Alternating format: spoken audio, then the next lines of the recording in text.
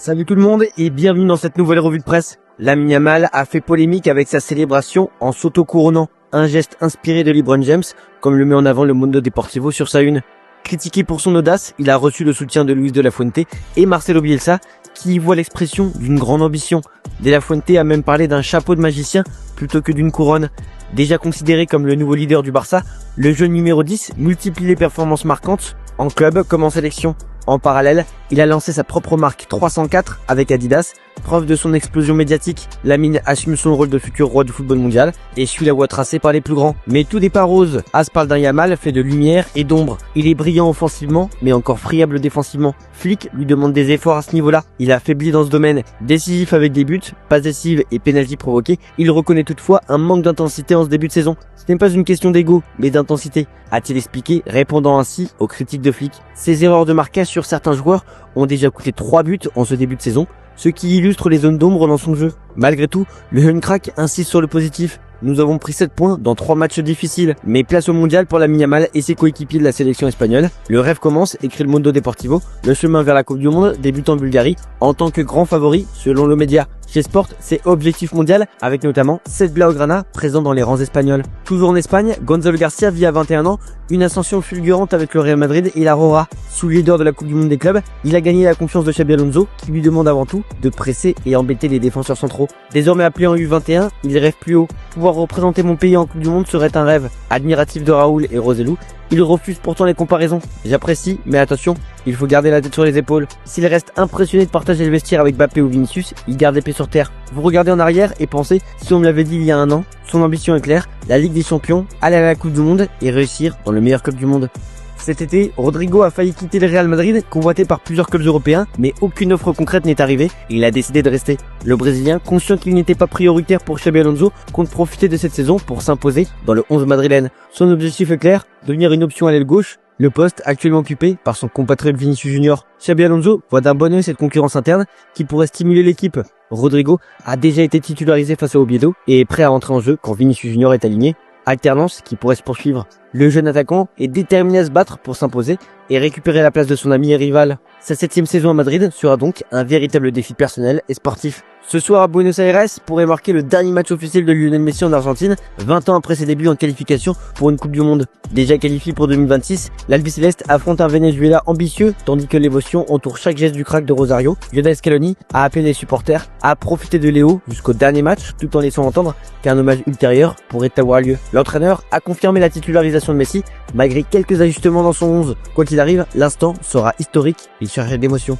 À un an de la Coupe du Monde 2026, Didier Deschamps alerte sur le rythme effréné imposé aux joueurs et sur les limites que cela entraîne. Je n'ai pas le temps de faire tout ce que je voudrais faire, reconnaît le sélectionneur, confronté à des rassemblements de plus en plus condensés. Entre fatigue physique et mentale, pression des clubs et préparation réduite, il doit constamment s'adapter. Quand tu joues tous les 3 jours, que tu as mal dormi, il faut en parler à ton coach. S'il salue l'attachement intact des joueurs à l'équipe de France, il regrette la puissance des clubs et la prolifération des compétitions. Malgré tout, Deschamps garde sa ligne. En sélection, l'élément fondamental, ça a toujours été la fraîcheur. Côté terrain, pour Deschamps, il y a l'évidence 4-2-3-1, comme l'explique l'équipe dans ses pages intérieures. Avec l'arrivée récente de Michael Olise et d'autres options offensives, Dédé développe le 4-2-3-1. L'objectif est bien évidemment de travailler sur l'équilibre, prendre moins de buts, comme face à l'Espagne, et le fameux 5-4. On aura sûrement l'occasion de voir ce système contre l'Ukraine demain. Côté club, Mason Greenwood, attaquant de l'OM, a choisi de se concentrer sur son club, malgré les sollicitations estivales, repoussant toute décision concernant sa sélection nationale. À 23 ans, il n'a pas brillé contre Lyon, étant remplacé à la mi-temps, mais reste un joueur clé après 22 buts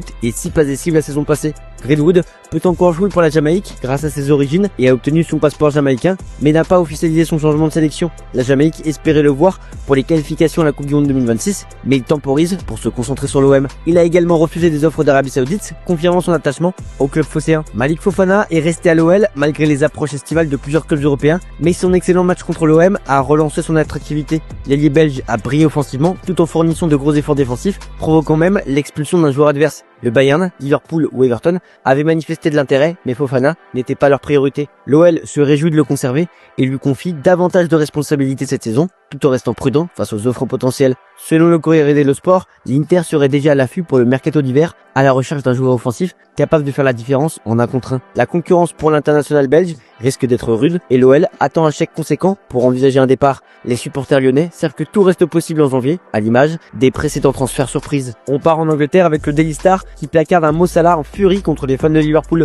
L'Égyptien a vivement réagi à certains supporters de Liverpool qui se réjouissaient des départs de Luis Diaz et Darwin Núñez, remplacés par Florian Wirtz et Alexander Isak. Un post viral comparant les anciens et les nouveaux joueurs comme une énorme amélioration a poussé l'Égyptien à répondre sèchement. Il a demandé aux fans de célébrer les recrues sans manquer de respect à ceux qui ont contribué au titre de première ligue. Que diriez-vous de célébrer les grandes signatures sans manquer de respect aux champions de PL, a-t-il écrit. Diaz, parti pour 75 millions d'euros au Bayern, brille déjà en Bundesliga, tandis que Núñez a rejoint Lille pour 65 millions d'euros. Malgré ses ventes, Salah a rappelé leur rôle crucial dans le succès récent des Reds. Dans le Daily Mail, on se concentre sur Lucas Paqueta qui envisage de poursuivre la fédération anglaise après avoir été blanchi des accusations de match truqué. Le jugement écrit de 314 pages a sévèrement critiqué l'enquête, jugée contradictoire et menée sans expert indépendant. Le milieu de West Ham, innocenté en juillet, estime avoir été lésé, son transfert à City ayant échoué à cause de l'affaire. La fédération anglaise, qui a déjà perdu d'autres batailles juridiques, a confirmé qu'elle ne ferait pas appel. Paqueta, reconnu coupable uniquement de non-coopération, risque une simple amende, mais veut obtenir réparation pour le préjudice subi. Toujours dans le Daily Mail, Arsenal a dépensé près de 290 millions d'euros cet été, mais reste très en retard sur ses rivaux en matière de vente de joueurs. Alors que Chelsea, Liverpool ou City ont généré des centaines de millions, grâce à une stratégie efficace de valorisation et de cession, les Gunners peinent à tirer profit de leurs indésirables, souvent prêtés plutôt que vendus. Leur record de vente date encore de 2017 avec Oxlade-Chamberlain pour 45 millions d'euros, signe d'une politique sortante mal optimisée. Experts et agents pointent des occasions manquées, des joueurs surpayés et conservés trop longtemps, contrastant avec la capacité de leurs concurrents à vendre au bon moment. Arsenal reste solide financièrement, mais améliorer son marché des sorties apparaît essentiel pour franchir le dernier cap vers les titres. On termine cette revue de presse en Italie avec la Gazzetta dello Sport qui met en avant Kenan Yildiz, jeune talent turc de la Juventus, qui continue de briller depuis ses débuts en Serie A et en Ligue des Champions avec passe décisive et premier but, malgré un salaire encore modeste. Le club souhaite prolonger son contrat, malgré l'intérêt de grands clubs, afin de sécuriser l'avenir de sa pépite et de bâtir autour de lui un projet ambitieux. Comoli, Chiellini et Modesto envisagent de consolider l'équipe pour décourager les offres extérieures, faisant de Yildiz un pilier du projet turinois. L'entraîneur Igor Tudor veut l'intégrer parmi les vice-capitaines dès le début de saison. Benjamin Pavard rejoint l'OM en prêt avec option d'achat de 15 millions d'euros. Il va apporter son expérience et renforcer la défense phocéenne, aux côtés de Naïef Aguerd. À l'Inter, son départ n'a pas été regretté. Le club privilégie Yann Bissek, plus jeune et à fort potentiel de revente, et a choisi Manuel Akanji comme remplaçant. Pavard, bientôt 30 ans, n'avait plus la même valeur marchande et son comportement aurait été un facteur dans la décision de l'Inter. Marseille réalise un coup notable, alors que l'Inter sécurise un joueur expérimenté pour renforcer sa défense. Voilà, c'est tout pour aujourd'hui. Bonne journée à tous, merci pour votre fidélité, et on se retrouve en fin d'après-midi pour le JT Foot Mercato.